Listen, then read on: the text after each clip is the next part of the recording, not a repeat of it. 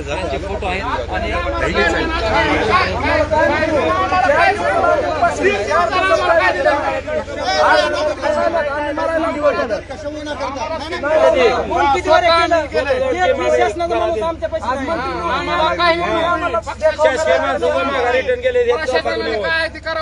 आमचे जेवढे वस्तू होऊन गेले ते जर भेटत असेल तर कसं आमची गेलेली सगळी आमची घरादार वाहून गेलेली काही नाही